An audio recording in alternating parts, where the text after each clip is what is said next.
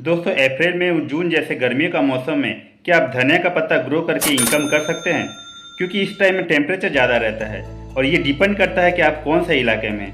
आज जानेंगे दोस्तों इन तमाम बातों को कि हमें ग्रो करना चाहिए और ना करना चाहिए। अगर करते हैं तो किन किन दिक्कतों का सामना करना पड़ेगा। ये जो कोरिएंडर धनिया का सीड आप देख रहे हैं, इसको हमने ओवरनाइट भिगो के रखा हुआ था। अब हमें एक दिन लग गया इसको भिगोने के लिए। रीज़न ये है कि उसके बाहरी लेयर जो है वो काफ़ी स्ट्रांग रहता है और इसके रिलेटेड और भी कई सारे सीड है, जैसे कि करेला हुआ, लौकी हुआ, इसका बाहरी लेयर। लेकिन कुछ ऐसे सीड है जो सीड को आप सिर्फ 3-4 घंटा ही भिगो के रखेंगे, जैसे कि वो कुकुम्बर हुआ, ककड़ी। ग्रोइंग मीडिया के लिए कोकोपीट बेस्ट रहता है क्योंकि वो एक्सपेंसिव रहता है, इसलिए हम उसका विकल्प इस्तेमाल किए हैं, जो कि हल्का सॉइल में कंपोस्ट, लीपी कंपोस्ट मिक्स किए हैं। ऊपर में हम नीम लीफ स्प्रिंकल करना पड़ा है। ये फंगस से भी हमको बचाएगा और साथ में ये एयर मॉइस्चर को एब्जॉर्ब करके रखेगा।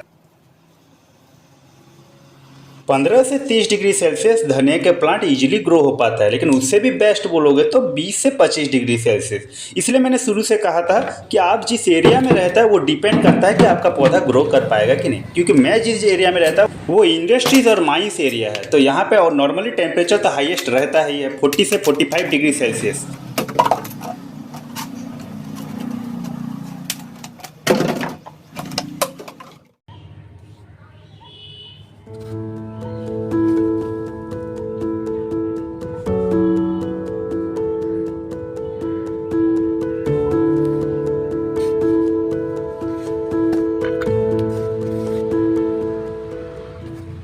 बीज को ओवरनाइट भिगो लेने के बाद ये और 3 दिन लगते हैं बीज को अंकुरित होने के लिए। और ये अपडेट जो मैं दिखा रहा हूँ ये 5 दिन का है।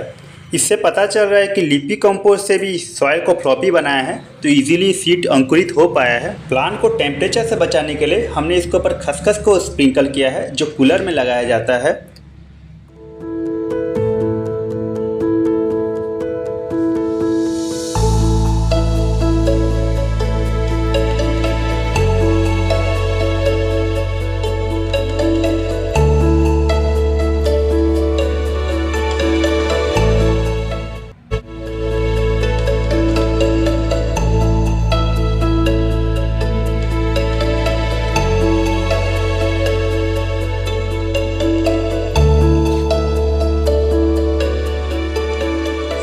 पौधे को टेम्परेचर से बचाने के लिए ये छोटा सा सेटअप हमने देसी जुगाड़ किया है, जिसमें ड्रिप इरिगेशन सिस्टम और ये बांस का बना हुआ बड़ा सा टोकरी है। इसके अंदर में हमने प्लांट, हमारे बाहर का एटमॉस्फेयर ह्यूमिडिटी 31% और टेम्परेचर है 40 डिग्री सेल्सियस।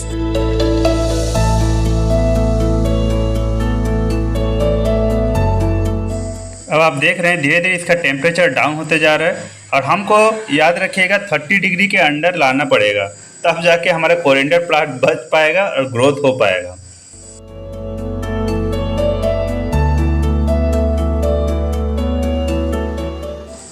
तो जैसे कि हम जान गए कि इसका कैपेसिटी इतना ही ये डाउन कर पाएगा, तो हमको मजबूरन आइस क्यूब लेना पड़ेगा।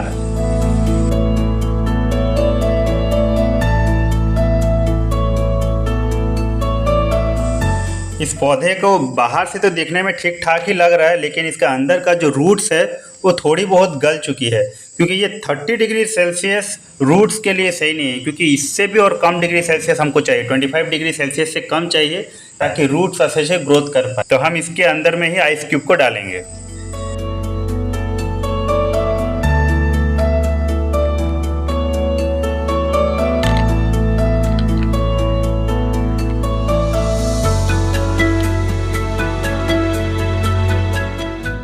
इसे और कूलिंग करने के लिए कॉटन का क्लॉथ ढकना पड़ा, जो कि वाटर एब्जॉर्ब करेगा और अंदर में कोल्ड एयर पास होगा।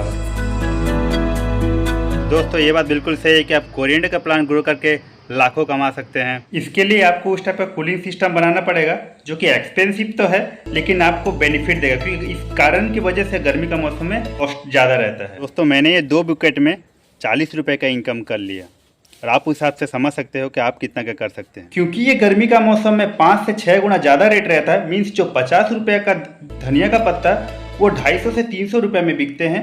इस वजह से आपका प्रॉफिट हो सकता है। इस हिसाब से 1 डिसमिल के छोटे से छत या बालकनी में भी आप मंथली 4-5 हज़ार रुपये का कोरिएंडर का प्लांट इजीली ग्रो करके इनकम कमा सकते हैं।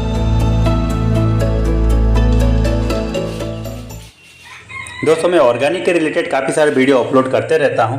आपको वीडियो कैसा लगा ज़रूर कमेंट करके बताइएगा अगर इसके रिलेटेड और भी वीडियो चाहिए तो वीडियो के साथ बने रहिएगा।